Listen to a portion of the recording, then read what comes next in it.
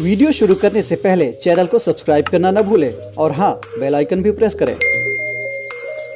नमस्कार, मैं सुनील वर्मा ध्येय आईएएस टीम की ओर से आपका स्वागत करता हूं ध्येय टीवी पर। हम बात करेंगे डेली करंट अफेयर्स के अपने प्रोग्राम पर, जैसा कि हम प्रतिदिन करते आए हैं। इस वीडियो में हम बात करेंगे आईटी एक्ट की धारा 66A के विषय में समझने का प्रयास करेंगे। यह धारा क्या है, इसके क्या क्या प्रावधान है, इसका इतिहास कैसा रहा है और अब ये सर्वोच्च न्यायालय के सामने क्यों आया है और सर्वोच्च न्यायालय ने इसमें क्या टिप्पणी की है। आइए इसको थोड़ा सबसे पहले हम समझते हैं कि ये मुद्दा चर्चा में क्यों है। तो एक संगठन है जिसका नाम है People's Union for Civil Liberty. इसने सुप्रीम कोर्ट में अपील की और अपील करते हुए कहा कि आईटी एक्ट 2000 की धारा 66A के तहत अभी भी केस दर्ज किए जा रहे हैं और यह जो केस दर्ज किए जा रहे हैं यह इलीगल है, अवैधानिक है। अवैधानिक इस वजह से हैं क्योंकि वर्ष 2015 में इसी सर्वोच्च न्यायालय ने इस धारा को निरस्त घोषित कर दिया था। अर्थात 2015 में श्रेया सिंघल बनाम भारत संघ के मामले में सर्वोच्च न्यायालय ने खुद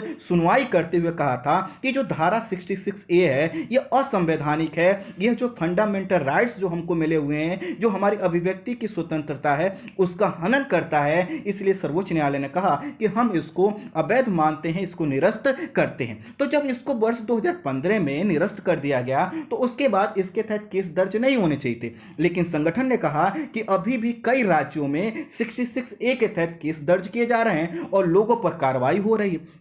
तो हुआ क्या था कि वर्ष 2015 से पहले यदि आप सोशल मीडिया के किसी भी प्लेटफॉर्म पर कोई ऐसा कंटेंट लिखते जो आपके लिए तो अभिव्यक्ति की स्वतंत्रता अर्थात राइट टू स्पीच का भाग हो सकता था, लेकिन हो सकता है कि उसमें कुछ ऐसा कंटेंट हो जो आपत्तिजनक हो, जो दुर्भावनापूर्ण हो या उससे कोई तनाव उत्पन्न हो सकता हो, लॉ एंड ऑर्डर खराब हो सकता हो, तो पुलिस क्या करती थी, आईटी एक्ट 2000 की धारा 66A के तहत मामला दर्ज करके आपको जेल भेज सकती थी। और इसी प्रकार के कई केसेस वर्ष 2015 में सर्वोच्च न्यायालय के सामने आए और उन सभी को मर्ज करते हुए श्रेया सिंघल बनाम भारत संघ के मामले में सर्वोच्च न्यायालय ने कहा कि नहीं, ये जो धारा है ये गलत है। तो सबसे पहले हमें समझना होगा कि आईटी एक्ट 2000 क्या है, फिर हम समझेंगे आईटी एक्ट 2000 की धारा 66 क्या है और क्या पूरा ही घटनाक्रम हुआ था और अब सर्वोच्च न्यायालय के सामने ये सभी चीजें क्यों आई हैं। तो सबसे पहले समझिए कि आखिरी जो आईटी एक्ट 2000 है इसको कब लाया गया था।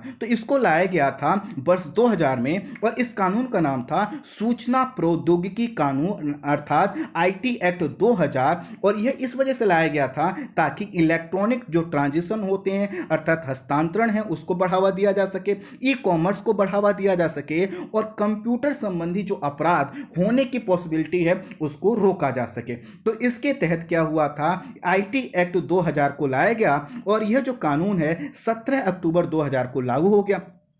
यह जो कानून था इसको में यह सुनिश्चित करने की जिम्मेदारी पुलिस को दी गई थी कि सोशल मीडिया या जो इंटरनेट है, जो कंप्यूटर है, इसका प्रयोग किसी ऐसे कार्य के लिए ना किया जाए जिससे क्या हो, जो इलेक्ट्रॉनिक ट्रांजेक्शन है, ई कॉमर्स है या जो लोगों की निजता है उसका उल्लंघन हो। वर्ष 2007 के बाद आपको पता है भारत में सोशल मीडिया की जो है कि भीड़ बढ़ने लगी। इस पर जो है कि करोड़ों लोग जो है कि अपने अकाउंट बनाने लगे और सोशल मीडिया का जो प्रयोग है वह तो बढ़ता चला गया, लेकिन लोगों को बहुत ज्यादा इसके विषय में लिटरेसी नहीं थी, जिसको हम सोशल लिटरेसी बोलते हैं कि आखिर कैसे हमको इसका यूज करना है। बहुत से लोगों के जो फोटो हैं या बहुत से लोगों के विषय में कुछ भी लिखा जाने लगा और ऐसे में एक जो है कि चुनौती उत्पन्न हुई कि आखिर जो सोशल मीडिया है इस पर कई लोगों को टारगेट किया जाता है, कई लोगों की तस्वीरें को जो है कि डाल दिया जाता था, किसी के विषय में कुछ भी लिख दिया जाता था। तो ये सभी चीजें आने लगी। तो फिर वर्ष 2009 में जो है कि सरकार अर्थात केंद्र सरकार को लगा कि हमें क्या करना होगा कि जो पहले का कानून वर्ष 2000 में हमने बनाया था आईटी एक्ट, उसमें संशोधन करना होगा और संशोधन करके हमें सोशल मीडिया पर इस तरह के जो कंटेंट लिखे जाते हैं, पोस्ट लिखे जाते हैं, उस पर हमें लगाम लगानी होगी। और इसी के तहत वर्ष 2000 में इस एक्ट में संशोधन करके एक धारा इसमें जोड़ा गया जो कि धारा क्या थी, 66A थी। अब जब धारा जोड़ा गया तो इसके तहत कुछ प्रावधान होंगे। प्रावधान यह था कि कंप्यूटर संसाधन या किसी भी प्रकार के संचार उपकरण का अगर प्रयोग करके आप कोई ऐसी गतिविधि करते हैं जिसमें किसी को धमकाने के संदेश भेजा जाता है, कोई आपत्तिजनक कंटेंट लिखा जाता है, किसी के विषय में आप झूठी जानकारी फैलाते हैं या कोई आप अफवाह फैलाते हैं इसके माध्यम से, या फिर आप कंप्यूटर इंटरनेट का प्रयोग करके आप किसी कार्य में असुविधा उत्पन्न करते हैं, किसी कार्य को होने में बाधा पहुंचाते हैं, किसी को चोट पहुंचाने का प्रयास करते हैं। यहां पर जो चोट है वो फिजिकल और मेंटल दोनों है, या आप किसी को दुश्मनी निकालने के लिए आप सोशल मीडिया का सहारा लेते हैं, तो इन सभी कार्यों को रोकने के लिए ये धारा थी।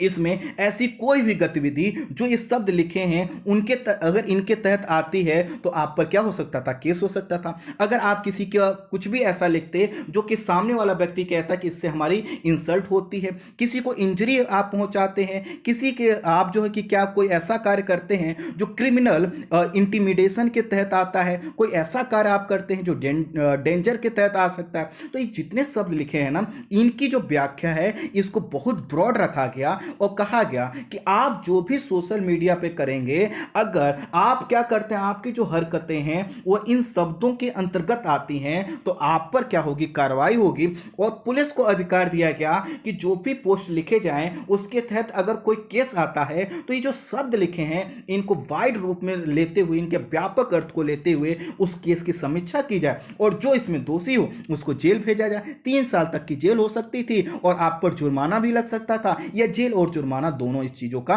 इसमें प्रावधान था। अब हुआ क्या कि जब सरकार यह कानून लेकर आई तो उसके बाद भी लोग जो है कि सोशल मीडिया पर यह कहकर पोस्ट लिखते रहे कि नहीं ये तो हमारी अभिव्यक्ति की आजादी है। अब अभिव्यक्ति की आजादी जो पोस्ट लिखने वाले थे वो बता रहे थे, और दूसरी तरफ पुलिस ने जो है कि इस पर कार्रवाई करना प्रारंभ कर दिया और देश में, पूरे देश में सैकड़ों और हजारों की संख्या में क्या हो गया, गिरफ्तारियां होने लगी। और इस एक्ट के विपरीत में जो हमारे सोशल एक्टिविस्ट थे या जो अन्य लोग थे उन्होंने कहा कि ये तो हमारी अभिव्यक्ति की आजादी का हनन हो रहा है, हमको सोशल मीडिया भी क्या है, अभिव्यक्ति का एक प्लेटफॉर्म है और हमें वहां पर आजादी होनी चाहिए थी।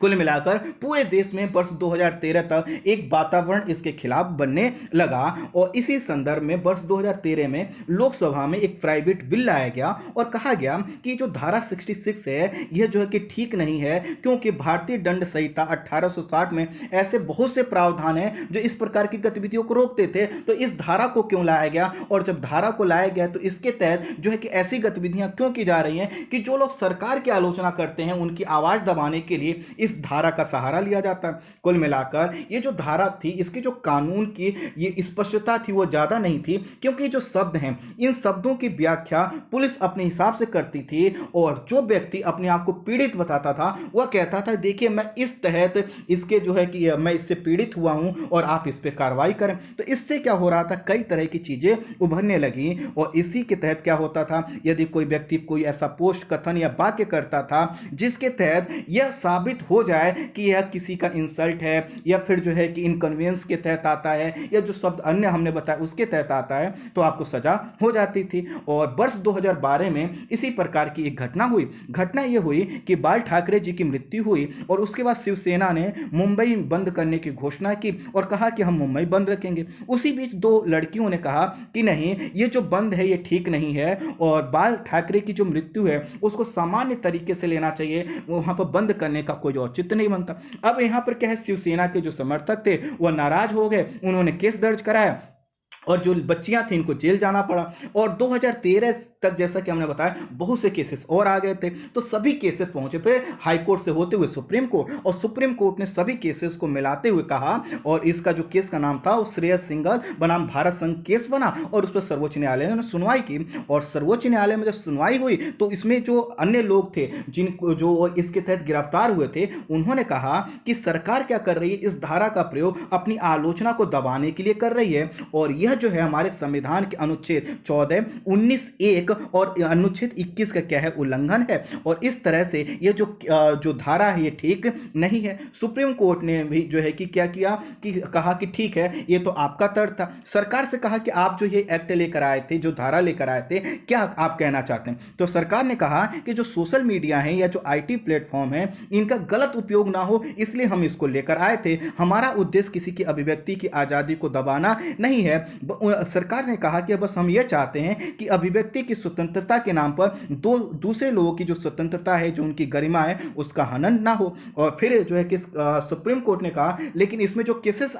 जो हमारे सामने आए हैं उसमें बहुत से केसेस तो ऐसे हैं कि सरकार की किसी ने आलोचना की, आप उसको बुक कर दे रहे हो, जेल भेज दे रहे हो। तो सरकार ने कहा कि हाँ, इसके क्रियान्वयन में कुछ खामियां हैं, हम उनको दूर करेंगे, हमें कुछ समय दीजिए। लेकिन कोर्ट ने कहा कि नहीं, ये जो धारा है ये ठीक नहीं है, ये अनुच्छेद 19(1) और 21 का उल्लंघन करता है। अर्थात अगर कोई व्यक्ति है वो बोल नहीं सकता, अपनी को अभिव्यक्त नहीं कर सकता, तो उसके जीवन का अधिकार का क्या है, यह कहीं ना कहीं उल्लंघन है। साथ ही साथ अभिव्यक्ति की स्वतंत्रता फंडामेंटल राइट्स है, तो यह होना चाहिए। आप इस आधार पर कि किसी व्यक्ति ने अपनी जो है कि अभिव्यक्ति व्यक्त की, उसको आप कहो कि नहीं इससे हमारी भावनाएं आहत हुई हैं, हम इस चीज को नहीं मानते।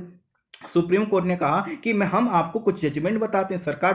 सरकार से कहा कि देखिए, रोमेश थापर बनाम स्टेट ऑफ मद्रास जो 1950 में केस आया था, और जो साकल पेपर्स बनाम यूनियन ऑफ इंडिया 1962 में केस आया था, उसमें भी हम पहले डिसीजन दे चुके हैं कि जो हमारी अभिव्यक्ति की स्वतंत्रता है या जो हमारे जीवन का अधिकार है, उसकी कौन कौन सी चीजें मूल भाग हैं। इसलिए ये चूंकि यह जो धारा है मूल अधिकार का हनन करती है, और इस एक्ट के जितने शब्द हैं उसकी व्याख्या करने या उसको परिभाषित सही से नहीं किया गया है, जिसकी वजह से गलतफहमी होती है, लोगों को टारगेट किया जाता है और सरकार की आलोचना को जो है कि दबाने का प्रयास किया जाता है, जबकि सरकार की आलोचना डेमोक्रेसी का क्या आधार है। इस सभी चीजों को देखते हुए सरकार जो सुप्रीम कोर्ट था उसने कहा कि पुलिस या सरकार के पास इस एक्ट के लिए कोई तार्किक आधार नहीं है, इसीलिए हम इसको क्या करते हैं, निरस्त करते हैं, नल एंड वाइड इसको घोषित कर दिया। जब नल एंड वाइड घोषित कर दिया तो इसका मतलब क्या है, ये धारा खत्म हो गई। लेकिन अभी क्या हुआ है, जैसा कि हमने बताया, संगठन ने अर्थात People's Union for Civil Liberties ने कहा कि 6 साल पहले निरस्त हुए कानून के तहत अभी भी क्या हो रहा है, जो है कि केसेस दर्ज हो रहे हैं, और 11 राज्यों में 229 मामले अभी लंबित हैं, और साथ ही साथ 1307 मामले दर्ज किए गए हैं। और यहां पर फिर यह बात आई कि आखिर ये जो केसेस दर्ज किए जा रहे हैं ये तो बिल्कुल भी ठीक नहीं है। और यहां पर अपील में यह भी कहा गया कि high court, Allahabad high court ने कुछ दिन पहले नाराजगी व्यक्त की थी और कहा था कि जब धारा खत्म तो उसके तहत जो है कि जो केसेस दर्ज हो रहे हैं वह नहीं होने चाहिए थे। अब सुप्रीम कोर्ट ने फिर से भारत सरकार और राज्य सरकार को डांटा और कहा कि आखिर आप फिर ये दो केसेस हैं कैसे दर्ज कर रहे हो जब हमने धारा ही खत्म कर दी। तो अटॉर्नी जनरल के वेणुगोपाल जी थे, उन्होंने कहा कि दरअसल जो बियर एक्ट में अभी भी ये जो कानून है 66A है, इसके प्रावधान है, लेकिन उन प्रावधानों के नीचे हमने स्टार बनाकर ये लिख रखा है कि जो है कि ये जो धारा है इसको सर्वोच्च न्यायालय ने समाप्त कर दिया। लेकिन क्या हो रहा है कि जो पुलिस है उसके पास जो कानून की किताबें हैं उसमें अभी भी ये लिखा हुआ है, इसकी वजह से गलतफहमी हो रही। तो सर्वोच्च न्यायालय ने कहा